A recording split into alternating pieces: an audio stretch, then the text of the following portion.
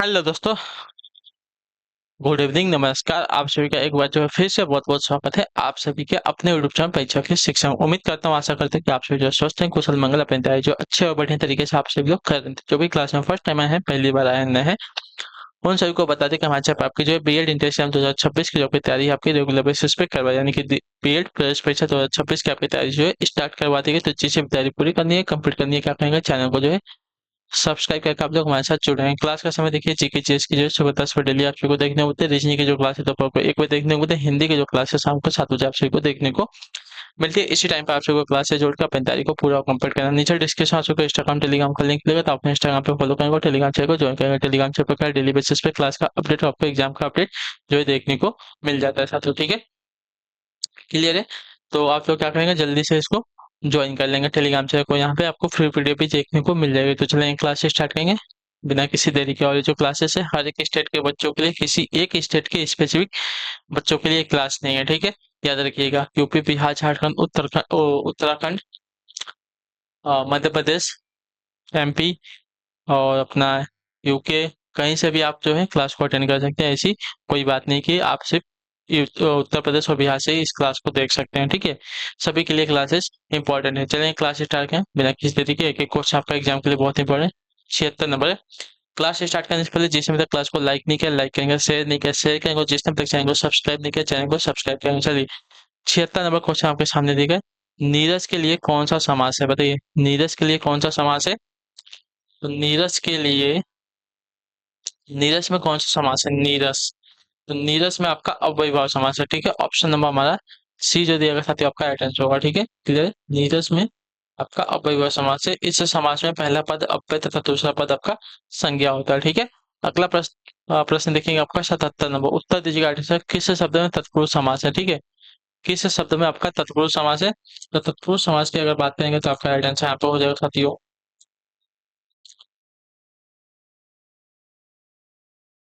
देखिए यहाँ पे दिया गया है गलत, गृहागत होता है। ठीक है,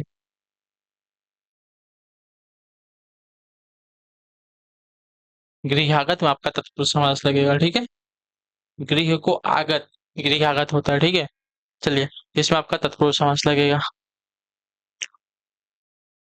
78 नंबर है। अंशुमाली में कौन सा समास है? अंशुमाली, वह अंशु यानी कि किरणें है माला जिसकी, अर्थात सूर्य भगवान की बात हो रही है। तो यहाँ पे आपका कौन सा समास होगा? यहाँ पे आपका बहुब्रीहि समास हो जाएगा। ठीक है, ऑप्शन नंबर हमारा डी राइट होगा। यहाँ पे पहला और दूसरा पद छोड़ के कोई तीसरा पद प्रधान होता है। ठीक है, तो बहुब्रीहि में आपका अंशुमाली में आपका बहुब्रीहि समास है। अगला प्रश्न आपका 79। जिसे उचित उत्तर सूझ जाए वह क्या कहलाता है? जिसे उचित उत्तर सूझ जाए वह क्या कहलाता है? तो आपका प्रति उत्पन्नमति कहलाता है। ठीक है, ऑप्शन नंबर हमारा बी राइट होगा। ठीक है, जिसे उचित उत्तर सूझ जाए वह आपका प्रति उत्पन्नमति कहलाता है। ठीक है, तो ऑप्शन नंबर हमारा बी जो देगा सही उत्तर। अगला प्रश्न देखेंगे आपका 80 नंबर। उत्तर दीजिएगा, राइट आंसर क्या होगा? ठीक है, नदी के किनारे बहुत पेड़ खड़ा है। ठीक है, छात्र अनुशासन प्रिय होना चाहिए।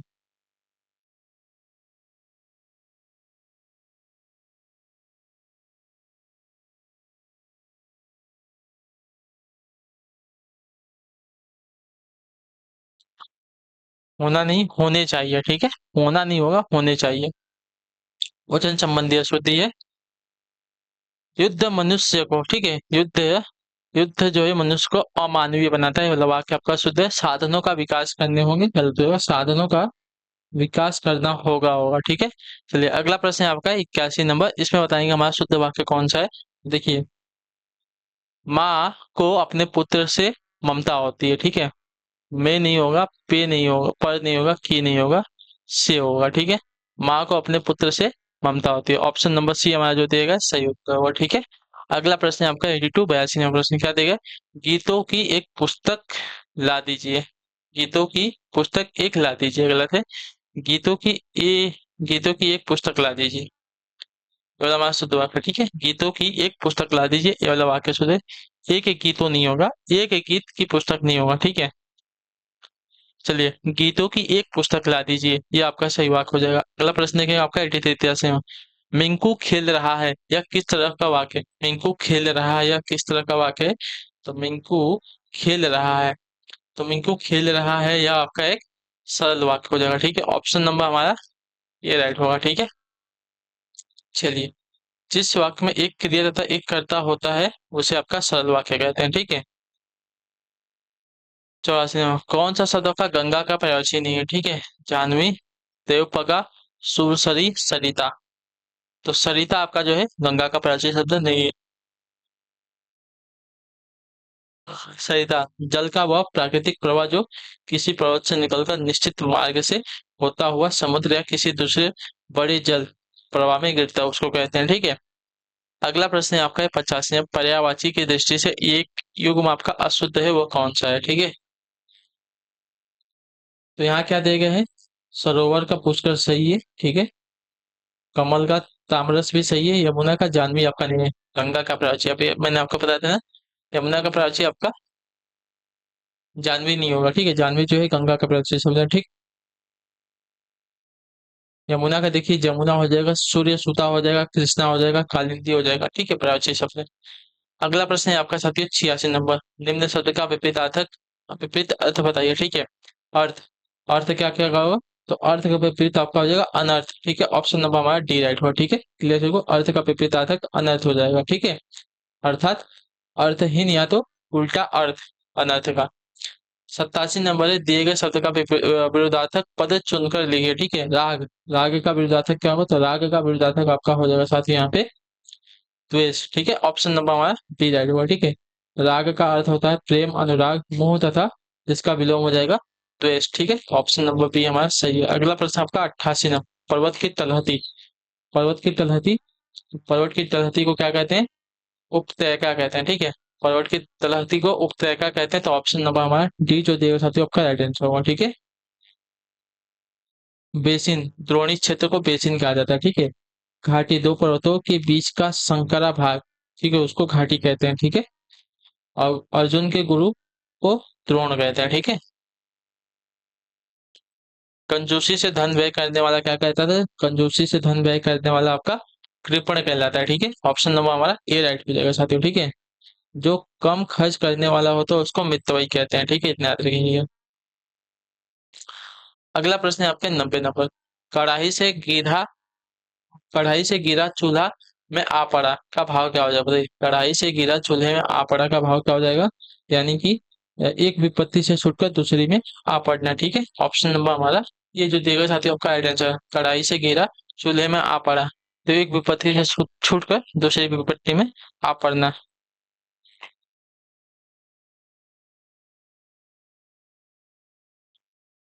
चलिए, आते हैं आपका अगले प्रश्न पर 91 नंबर, नई जमीन तोड़ना के चार अर्थ दिए गए हैं, सही का चयन कीजिए। ठीक है, नई जमीन तोड़ना यानी कि अनूठा प्रयोग करना। ठीक है, ऑप्शन नंबर हमारा सी जो देगा आपका राइट आंसर, नई जमीन तोड़ना का अर्थ हो जाएगा अनूठा प्रयोग। ठीक है, चलिए अगला प्रश्न है आपका है साथियों 92 नंबर, उत्तर दीजिएगा राइट आंसर, विपत्ति मोल लेना।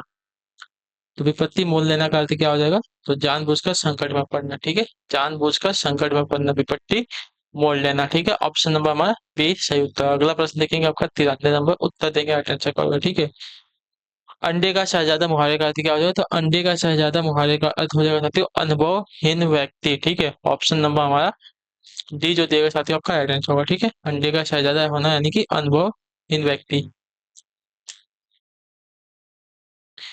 चलिए, अगला प्रश्न है आपके सामने 94, ऊँट फूक कर कदम रखना मुहावरे का अर्थ क्या होगा? बताइए, ऊँट फूक कर कदम रखना, इस मुहावरे का अर्थ क्या हो जाएगा?